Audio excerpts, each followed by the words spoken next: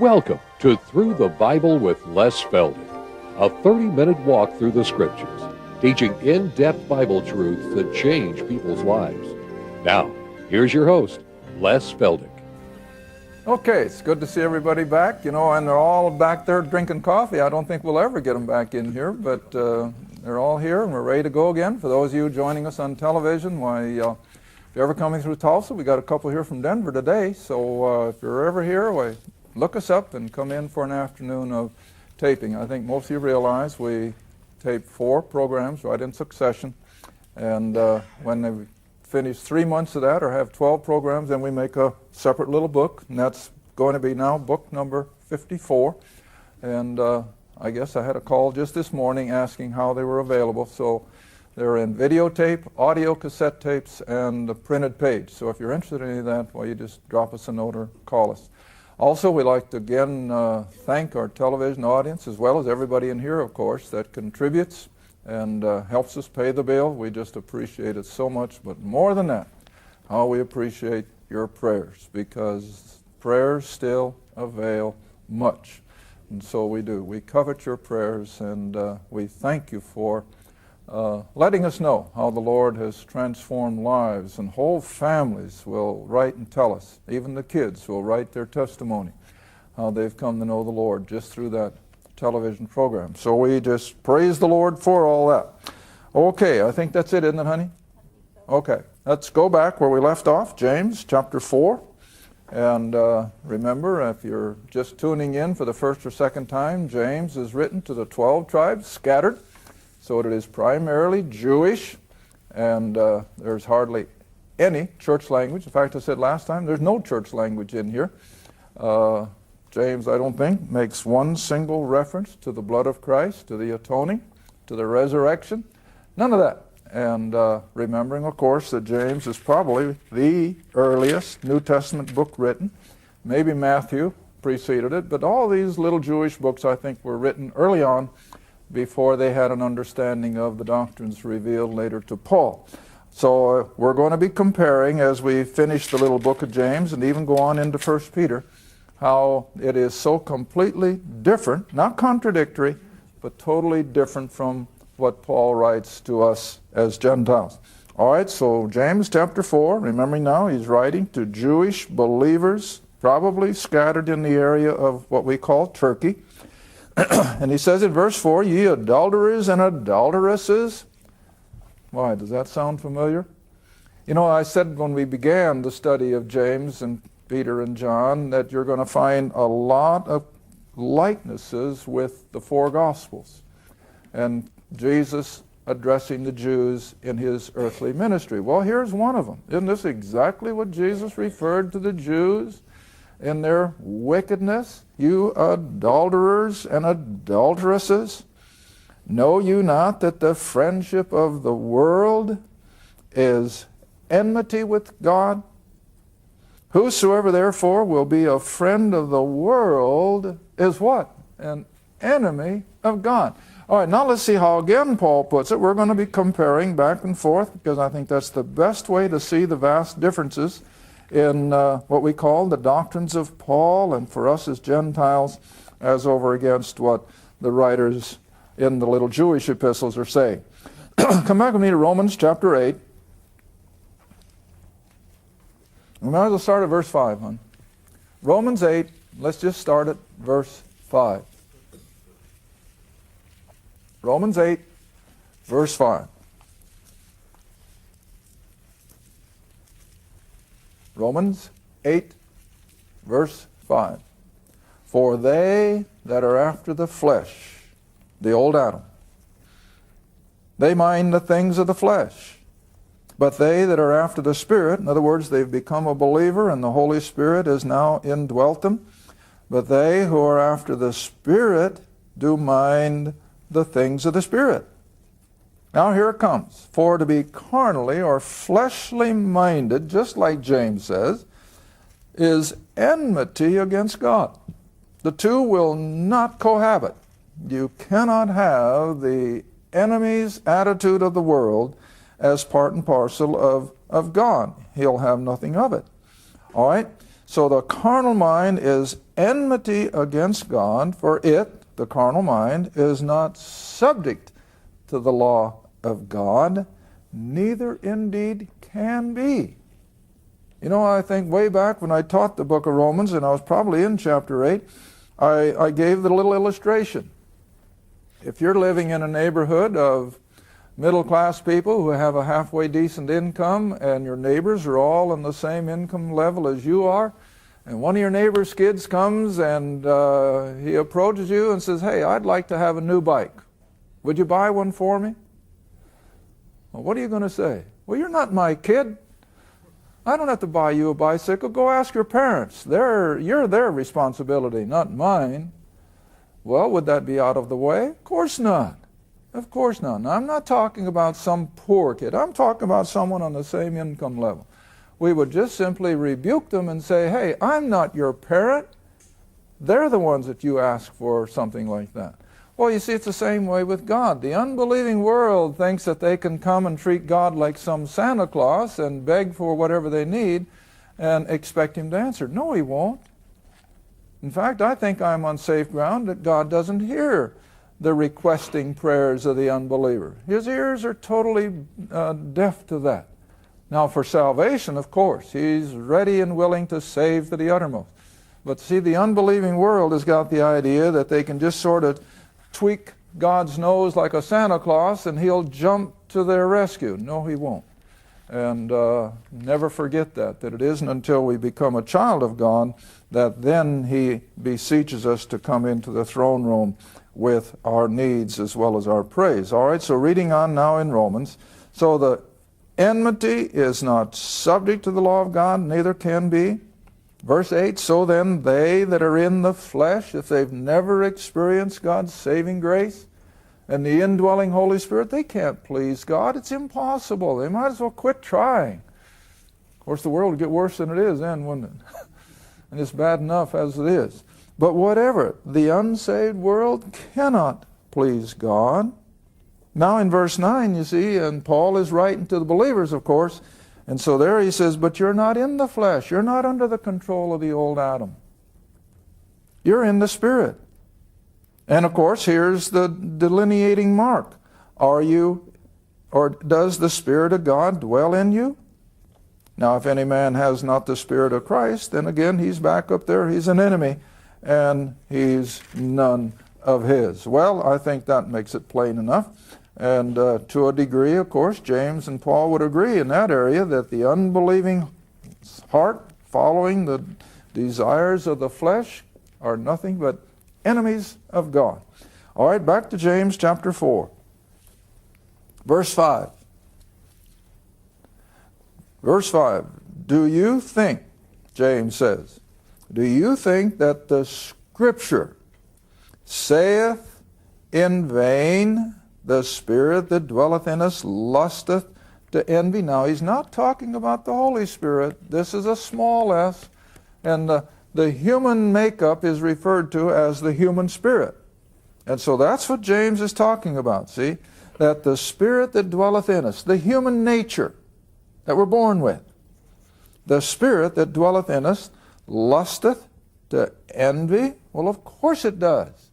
Now, let's go back again to Romans chapter 7. I didn't intend to do all this, and I guess that's why I trust the Lord to just give me the verses as we go along, because I can work and work and work at home, and it doesn't fall together. But when I get up here, here it comes. Okay, Romans chapter 7.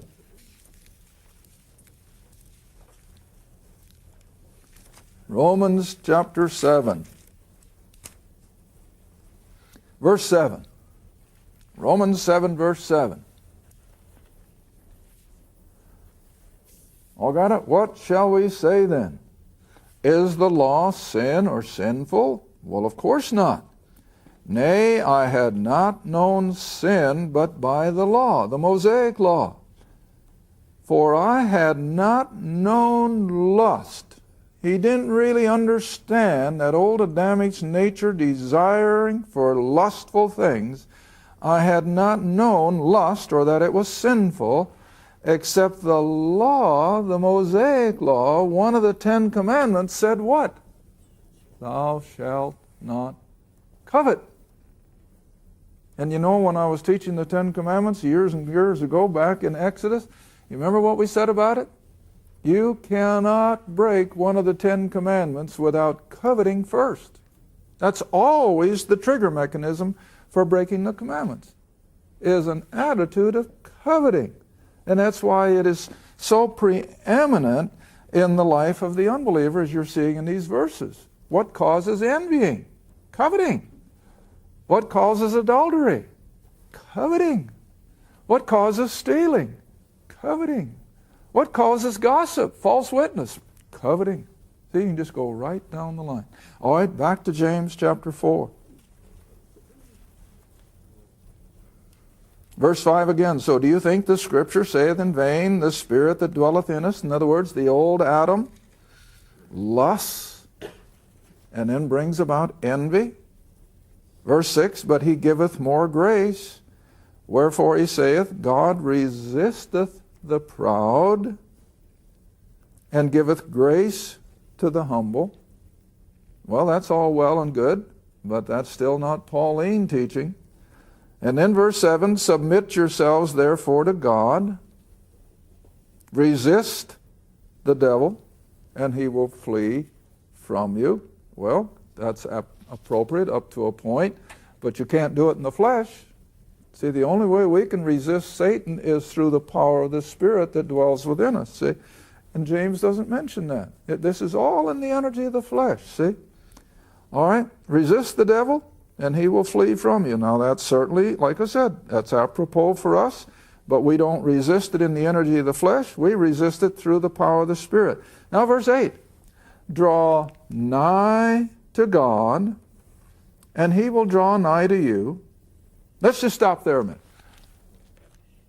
How many of you know John's Gospel, chapter 3, well enough to realize what did Jesus say about the unbelieving individual? He never seeks God. But Malachi, now let's go back to the Old Testament. Let's go back to Malachi chapter 3. That's the next, just in front of Matthew, remember, the last book in the Old Testament. Malachi.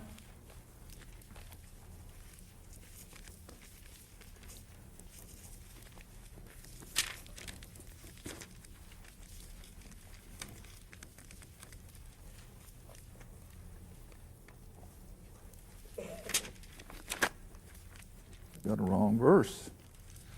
Bear with me. Chapter 3, verse 7. Yeah, I was looking at verse 4. That's why it didn't look right. Okay. Malachi 3, verse 7. Now this fits perfectly with what James is saying, see? Even from the days of your fathers you are gone away from mine ordinances, and you have not kept them. See, I mean, the Jews have always had these kind of problems, as well as the rest of humankind. We're not putting the finger on the Jews alone as being guilty, but as God's covenant people, you would expect more from them. But they were just as guilty as the rest of the world. All right, so here we have it. You have not kept them. Return unto me, and I will return unto you, saith the Lord of hosts. But you said, wherein shall we return? Well, you see, the onus was left on the back of the Jewish people, that they were to make the first move and return to God, and if they would make a move to return to God, he in turn, what I guess you could say, would meet them halfway. But now stop at John's Gospel a moment. John's Gospel, and chapter 3. Dropping in at verse 19. John's Gospel, chapter 3, verse 19. Now here I think the Lord himself in his earthly ministry is telling it like it really is. John's Gospel, chapter 3, drop in at verse 19. And this is the condemnation, that light is come into the world. And of course, speaking of himself, he was that light that lighteth every man that cometh into the world. All right, this is the condemnation, that light is come into the world, and men loved darkness rather than light, because their deeds were evil. Verse 20, for everyone that doeth evil hateth the light, neither cometh to the light, lest his deeds should be reproved. But he that doeth truth cometh to the light, that his deeds may be made manifest, that they are wrought in God.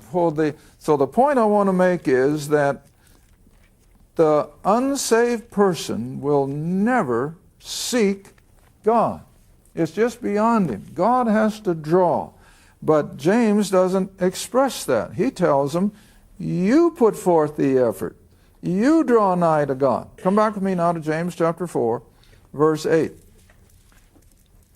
Draw nigh to God, and he will draw nigh to you. Cleanse your hands, you sinners. Purify your hearts, you double-minded. Okay, now let's come back to Romans chapter 3. And again, look at the vast difference in Paul's language and James. Now I have to keep repeating myself, not contradictory, but a whole different scenario. All right, Romans chapter 3, dropping in at verse 23, which I always call the first step on the road to salvation. We have to realize first and foremost that we're sinners, that we are undone, and that we have no reason for God to let us into his heaven. None. All right, verse 23 of Romans 3, for all have sinned, every one of us. None of us have escaped the fall precipitated by Adam. All right, for all have sinned and come short of the glory of God. Now here it starts. Being justified freely, without any effort on our part. We're justified freely by his grace. See, you aren't seeing James say anything like this. Justified freely by his grace through the redemption or the process of buying us back that is in Christ Jesus, whom God has set forth, not you. We didn't set him forth to be a propitiation. God did. Whom God set forth to be a propitiation through faith in his blood. And faith is not a works. Faith is just simply a trusting of what God has said. To declare his righteousness for the remission of sins that are past through the forbearance of God. Now verse 26. The more I think about this verse, the more I love it. To declare, I say at this time, his righteousness, not mine, not yours, his righteousness. And what does his righteousness bring about? That he, God, might be what? Just. And what does that mean? Fair. Not cutting any corners, not asking for bribes, not doing anything, as we would say, out of the corner of the mouth, but it is strictly fair and just. And in that justness, he can justify the person that tries to do better, as James says. No. What person? The one who believes. See? The one who believes. In fact, I was just sharing this morning with our guests. You've heard me use it on the program. Those of you in my classes, I'm always using, if you're on an airliner. Now, I couldn't with Diane, because she's deathly scared of flying, won't fly anyway, but I couldn't use an airliner for her. But nevertheless, I usually say, now if you're getting on a huge airliner, and Iris and I have been there, and you finally find your seat, and we'll say it's almost to the rear, and you sit down, buckle your seat belt, and boy, after about 2 minutes, you unbuckle that seat belt, you barrel all the way up to the front, you find the pilot. Is this the plane that's going to such and such a place? Yes, you're on the right plane. Just go sit down and relax. So you go back to your seat, buckle your seat belt, and within 5 or 10 minutes, all of a sudden the sweat starts, and you go back up to the front and ask again, am I on the right plane? Is this really going where I want to go? Yes, just go and sit down and relax. Well, you see, that's what people are doing constantly in the spiritual realm. They're just trying to establish, am I on the right track? Am I really going to get into God's heaven? But you see, Paul makes it so concrete that when we trust the gospel, we can sit down and relax.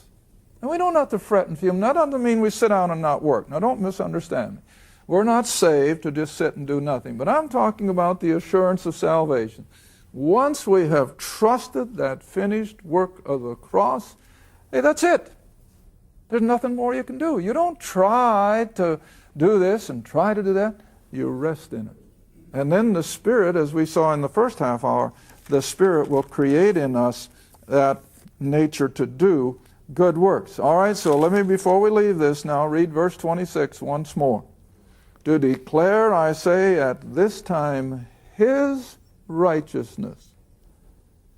And in that righteousness He might be just and be the justifier of him who believes in Jesus.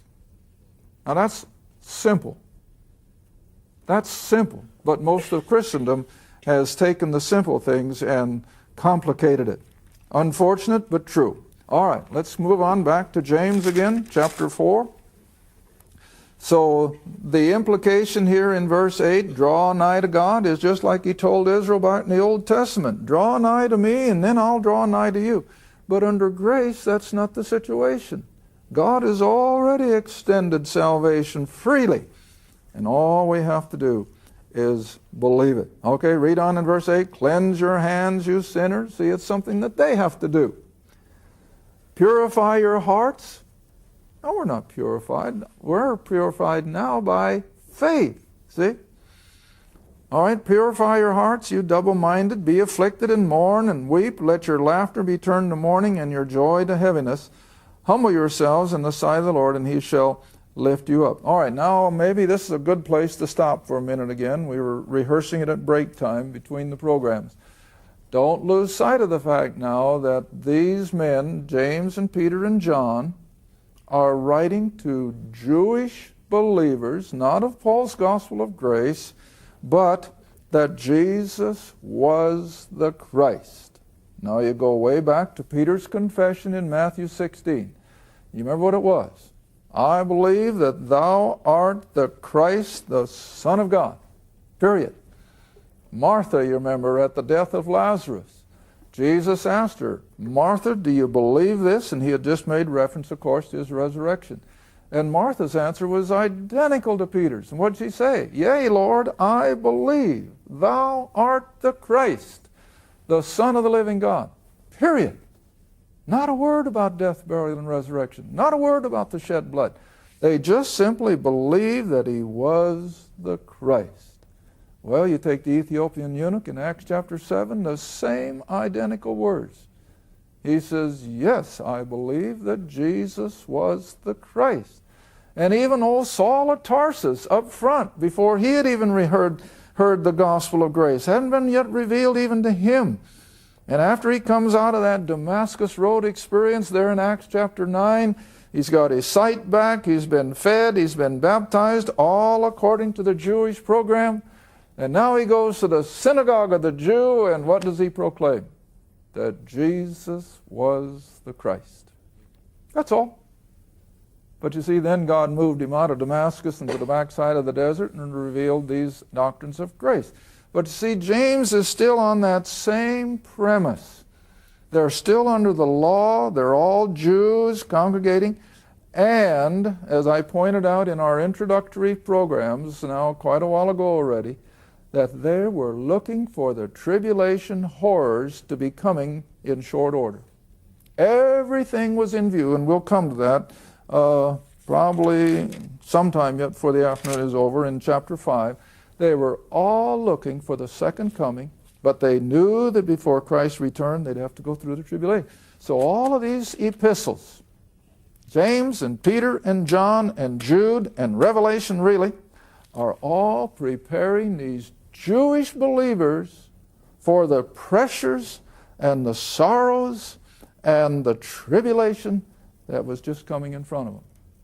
And then you remember in my introductory I said, now here that was all interrupted, and I'll show how when we get over there. That was all interrupted, and now we've come full circle 2,000 years later, and everything, even though it changes, it's still the same. We now have the same scenario. We're going to have Jewish believers going into and through the horrors of the tribulation, and these little epistles will be their roadmap. This is what's going to give them comfort. And we'll see, especially when we get into Peter's epistles, it's that constant reminder. You're going to suffer. You're going to go through pressure. But don't despair. God is with you. So remember that as you read these little Jewish epistles, that at that time, here in the 50s and 60 AD, before the temple is destroyed in 70 AD, they thought the tribulation was right out in front of them, and then would come the kingdom. But God intervened, interrupted, opened up the timeline for 2000, but now here we are almost in the same place. Israel is back in the land.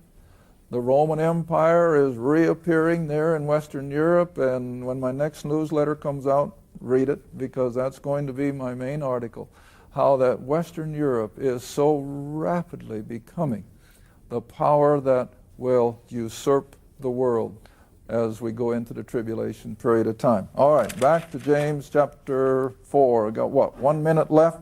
All right. So, verse 11. Speak not evil one of another. Now remember, he's talking to congregations of Jewish believers who had professed that Jesus of Nazareth was the Christ. Speak evil not of one another. He that speaketh evil of his brother and judgeth his brother speaketh evil of the what? The law. See how plain all this is, if you realize it? What's he talking about? Well, the Mosaic law and Judaism as they were practicing it, see? And so they were not to speak evil of the law and judgeth the law. But if thou judge the law of Moses, thou art not a doer of the law, which of course was what they were to be. They were to be doers of the law. But if instead of that they're going to be judges of the law, then they're on what? Thin ice. Even for those Jewish believers at that time, they were still under the control of the Mosaic system.